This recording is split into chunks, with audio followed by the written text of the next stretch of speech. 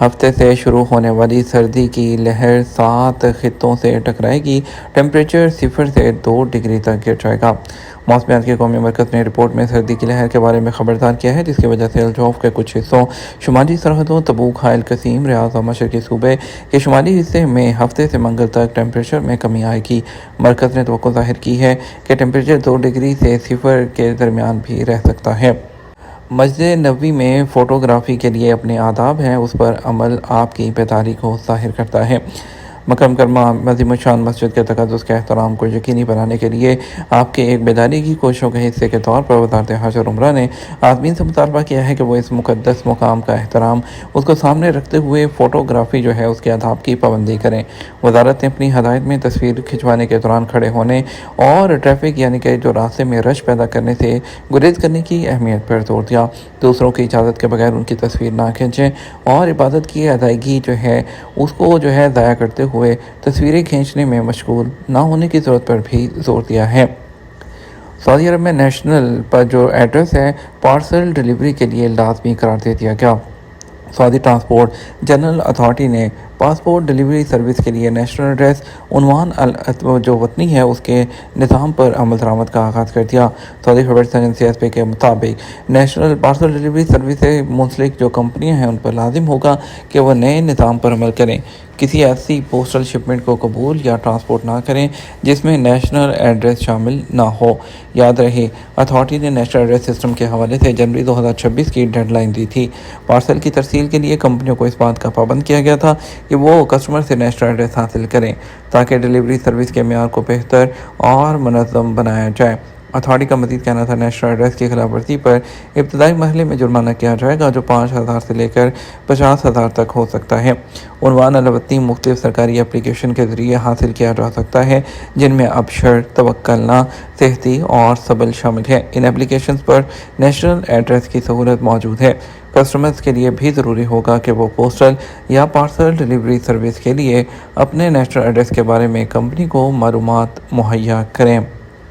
Royal special Jazan میں بہتر پیداوار کے لیے آم کی اقسام پر تحقیق۔ قومی مرکز برائے تحقیق اور ترقی اور پائیدار زراعت استدامہ جازان ریجن کے جو ہے باغات میں آم کی اقسام پر سائنسی تحقیق کر رہا ہے تاکہ پودوں کے تنوع کو بڑھایا جا سکے اور فصلوں کی اقتصادی قدر کو فروغ دیا جا سکے۔ سعودی پریس ایجنسی ایس پی کے مطابق سینٹر کی تحقیق میں 60 سے زیادہ جو ہے وہ آم کی اقسام شامل ہے۔ سینٹر منظور شدہ سائنسی طریقے استعمال کرتا ہے تاکہ سبزیوں کے نشو و نما اور پھول آنے کے مراحل، پھل لگنے کے عمل اور مقامی ماحولیاتی حالات میں پیداوار کی کارکردگی کی پیمائش کی جائے۔ آم کی اقسام میں رائل اسپیشل اور نم دوگمائی بھی شامل ہیں جو سردیوں اور گرمیوں دونوں موسموں میں پیداوار دینے کی صلاحیت کی وجہ سے ممتاز ہیں۔ یہ ریسرچ سینٹر کی کوششوں کا حصہ ہے جس کا مقصد زرعی اقسام کی اقتصادی اہمیت کو اجاگر کرنا اور ان فصلوں میں سرمایہ کاری کے مواقع بڑھانا ہے جن کی پیداوار کی صلاحیت زیادہ ہے۔ اس طرح زرعی شعبے کی ترقی میں حصہ ڈالنا اور اس کی کارکردگی کو بہتر بنانا ممکن ہوگا۔ وزٹ ویزے پر اہلیہ کے ہاں ولادت کیا بیٹے کا اقامہ بن سکتا ہے؟ سعودی عرب میں امیگریشن قانون واضح ہے۔ ایک شخص نے جو وضاحت کے ٹویٹر پر دریافت کیا، اہلیہ وزٹ ویزے پر سعودی عرب آئی تھی، اس دوران ہمارے ہاں بیٹے کی ولادت ہوئی، کیا بیٹے کا اقامہ بن سکتا ہے؟ سوال کا جواب دیتے ہوئے جوازات کا کہنا تھا قانون کے مطابق وزٹ ویزے پر آنے والے کا اقامہ نہیں بن سکتا۔ وزٹ ویزے کی ابتدائی مدت ختم ہونے سے پہلے اس میں توسیع کرانا ضروری ہے۔ توسیع کے بعد انتہائی مدت کے ختم ہونے سے پہلے وزٹ ویزے پر آنے والوں کو چاہیے کہ وہ مقررہ مدت پر اپنے ملک لوٹ جائیں تاکہ کسی دشواری کا سامنا نہ کرنا پڑے۔ واضح ہے وزٹ ویزے پر آنے والی خواتین کے ہاں ولادت ہونے کی صورت میں نومولود کے والد اپنے ملک کے سفارت خانے یا قونصلیٹ سے آؤٹ پاس بنواتے ہیں، جس کے بعد ہاسپٹل سے جاری ہونے والا برتھ سرٹیفکیٹ دکھا کر نومولود کا امیگریشن کے ادارے سے ایگزٹ لگایا جاتا ہے۔ اقامہ کی مدت کے حوالے سے ایک شخص نے دریافت کیا، پہلی بار نئے اقامے پر آنے والے کا بھی 3 ماہ کا اقامہ بن سکتا ہے یا لازمی طور پر 1 سال کا ہی بنایا جائے گا؟ سہولت دی گئی ہے سعودی عرب میں غیر ملکی کارکنوں کے لیے کہ وہ 3 ماہ، 6 ماہ، 9 یا 12 ماہ کے لیے اقامہ حاصل کر سکتے ہیں۔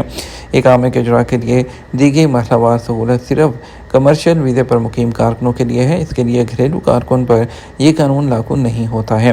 واضح رہے کمرشل ورکرز کے لیے وزارت افرادی کو سماجی بہبود کی جانب سے اقامہ جاری ہونے سے پہلے ورک پرمٹ جاری کیا جاتا ہے۔ ورک پرمٹ جتنی مدت کے لیے جاری کیا جائے گا اتنی مدت کے لیے ہی اقامہ تجدید ہوتا ہے۔ یہ ہمارا اب تک کا نیوز بلیٹن. اب مزید اور اہم خبروں کے لیے ہمارا شام 6 بجے کا نیوز بلیٹن دیکھ سکتے ہیں. اس کے ساتھ ہم آپ سے اجازت چاہیں گے. ویڈیو کو لائک اور شیئر کیجیے گا. آپ کی قیمتی وقت کا شکریہ. اپنا خیال رکھیے گا. السلام علیکم.